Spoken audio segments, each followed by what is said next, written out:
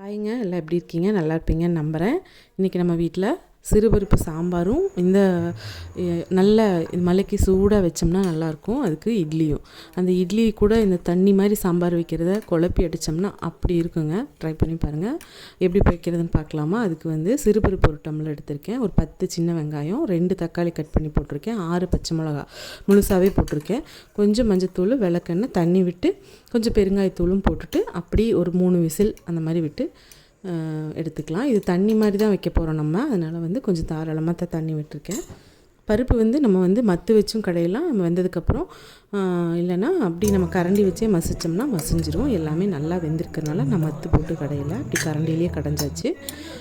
இதுக்கு இதை நம்ம பண்ணி வச்சதுக்கப்புறமா ஒரு கடாய் வச்சு, கடாயில் கடுகு, சீரகம், கொஞ்சமாக பெருங்காயத்தூள், நான் பெருங்காயத்தூள் எண்ணெயில் முதலே போடுவாங்க, அதனால் கொஞ்சம் போட்டாச்சு. ஸ்மெல்லும் அந்த ஃப்ளேவர் நல்லாவே இருக்கும்.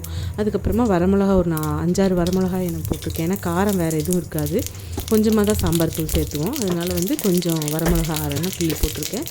கருவேப்பிலை போட்டுட்டு இந்த மசிச்சு வச்ச பருப்பு தூக்கி ஊற்றிட்டு, தண்ணி நிறைய நம்ம எவ்வளோ தண்ணி நமக்கு தேவைப்படுதோ அது மாதிரி இது கொஞ்சம் தண்ணி விட்டுக்கலாம். நான் ஒரு சொம்பு தண்ணி மாதிரி விட்டுட்டு உப்பு போட்டிருக்கேன்.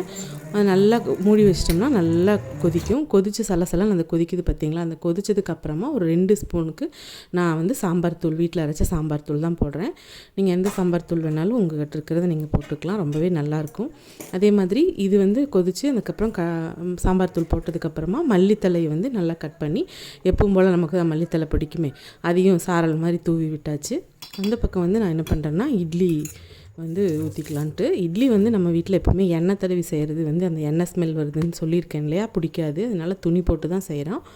அந்த இட்லி நம்ம எப்பவும் போல் 2 தட்டு, 2 அடசல், 1 அடசல்னு சொல்லுவோம், அதை எடுத்தாலே தாராளமாக இருக்கும். அந்த 1 அடசலுக்கு 12 இட்லி அதுக்கு நான் ஊற்றி வச்சாச்சு. அது வெந்ததுக்கப்புறம் நான் இந்த வீர சாகசம் பண்ணுற மாதிரி கை வச்சு எடுத்துகிட்ருப்பேன். பிக்னஸாக இருந்தாலும் சரி, இல்லை பழகினவங்களுக்கே அது அந்த ஆவி மாதிரி தண்ணி கொதிக்கிறது கீழே இருக்கும், அடிச்சிரும். அதனால் கவனமாக நீங்கள் வேறு தட்டு வச்சு, இந்த வெந்ததுக்கப்புறம் இட்லியை வேறு தட்டு வச்சு இந்த தட்டை கவுத்துனிங்கன்னா ஈஸியாக அழகாக வந்துடும்.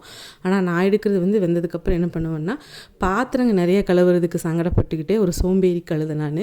அதனால் பாத்திரம் கழுவுறதுக்கு சங்கடப்பட்டு குத்தி பார்த்துட்டு தண்ணி தொட்டு தான் பண்ணிகிட்ருப்பேன். அது பழகிட்டதுனால எனக்கு ஈஸியாக இருக்குது. நீங்கள் தட்டு வச்சு கொட்டுங்க. நான் இந்த மாதிரி தண்ணி தெளிச்சிட்டு துணி திருப்பி திருப்பி விட்டு ஒவ்வொரு இட்லியை எடுத்து ஹாட் பேக்கில் பேக் பண்ணிகிட்டு இருந்தேன். இது அது எடுத்து முடிச்சதுக்கப்புறமா 2 இட்லி வச்சு தாராளமாக தண்ணி குழம்பு மாதிரி நல்லா ஊற்றி சாப்பிட்டோம்னா வெளியில் இருக்கிற கிளைமேட்டுக்கு இந்த சுட சுட இட்லிக்கும் செம்மையாக இருக்குங்க. ட்ரை பண்ணி பாருங்கள். நம்ம சேனல் பிடிச்சிருந்தா லைக் பண்ணுங்கள், கமெண்ட் பண்ணுங்கள், ஷேர் பண்ணுங்கள், மறக்காமல் சப்ஸ்கிரைப் பண்ணி நம்ம சேனலை சப்போர்ட் பண்ணுங்கள். பெல் ஐக்கானை கிளிக் பண்ண மறந்துடாதீங்க. உங்கள் சப்போர்ட் எனக்கு எப்பவுமே வேணுங்க. இந்த மாதிரி இந்த சாகசமெல்லாம் பண்ணிகிட்ருக்கேன். இதெல்லாம் பண்ணினீங்கன்னா அருமையான இட்லி சாம்பார் ரெடியாக இருக்குங்க. ட்ரை பண்ணி பார்த்துட்டு எனக்கு எப்படி இருந்துச்சுன்னு சொல்லுங்கள். Thanks for வாட்சிங்க.